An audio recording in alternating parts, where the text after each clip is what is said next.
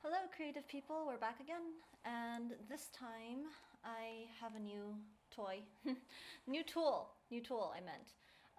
It's a reusable palette made out of plastic. For acrylics, usually wasn't extremely expensive, so not super high quality. But I wanted to experiment with this, so I'm just reusing the old disposable palette that I used for the first assignment, and I'm putting the reusable palette on top because I want to keep those boxes underneath so I can see them in that gray paper. Taping it down so that the paper is not going to shift while I am using it. I'm using my super handy dandy green paint tape. Usually it's blue, I think, but I found this green one to work really well.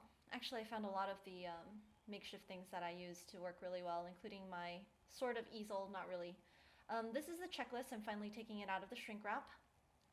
And this is just what we need to look through as we're doing all the different paintings in block 1 and 2. And here's our tracing paper, well, not tracing paper, but what is this called? Well, basically the images that we have to transfer to the canvas, which is what I'm ripping out right now. And every time I rip the canvas out, there's always some leftover stringy stuff, so I have to cut it off. And then this is the charcoal tracing paper. The nice thing about this trace paper, I think it's called, is that you can reuse it over and over again. So this is the same sheet of paper that I used for the last assignment, and I'm using it again. Taping down the sides first. I think I overdid this actually. I need to go back and review Kevin's video on how to tape your tracing paper, because I'm pretty sure I was supposed to only do the right and the left, but anyways. And then I started taping it down way overboard, and it wasn't sitting straight. And then also, you have to make sure that you put things on the right side. So the canvas should have the shiny side, the prime side, on top, facing up. That's the part that you paint on. And as you can see, I did the tape wrong, so now I have to unpeel the tape and then tape it to the image that I'm supposed to trace. Okay, now that's done, and then I get out my pencil and I start tracing these rectangles, and this takes a while, quite a long while if you want to do it properly. And because the canvas is kind of bumpy, your pencil lines sometimes end up getting a little bumpy as well. But you want to do it as perfectly as possible because it really makes a difference later on when you're trying to get super straight edges and corners. And then when you peel off the charcoal paper, you want to make sure that everything is there. Like the first time I did this, I messed up and missed a whole row of boxes. This time I'm good. And then I'm erasing some of the smudges that the charcoal paper leaves behind, trying to erase some of the lines to make them a little sharper, but that didn't work quite as well. All right, and then now it's time to redraw the 4 centimeter lines because they got covered by the dry paint from last time. So I'm using my blue permanent marker and drawing that, wiping off the tip a little bit because drawing on paint is not great for marker tips.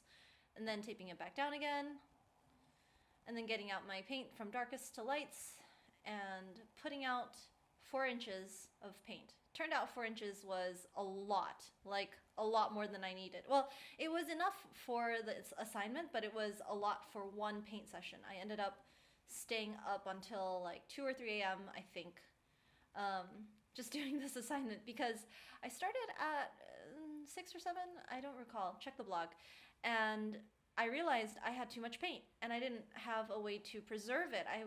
I'd have to just throw it away and waste it. Oh, and also my paintbrushes are getting a little bit funky too, getting a little stiff.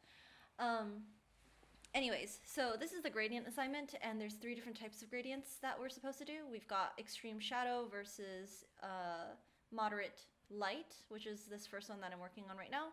And then the middle one is moderate shadow versus extreme light. And then the one on the right is moderate shadow, moderate light.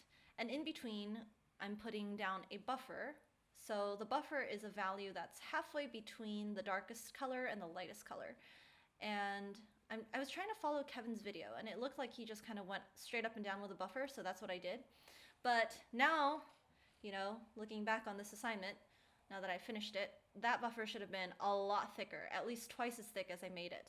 And then I'm using admixtures to massage the edge of that buffer so that there isn't a very clear and straight line. And I'm doing that on both sides, from the buffer to the dark side, and from the buffer to the light side of the rectangle. And I sped this whole thing up like 7 or 8 times, so it looks like it's going really quickly, but it's actually not.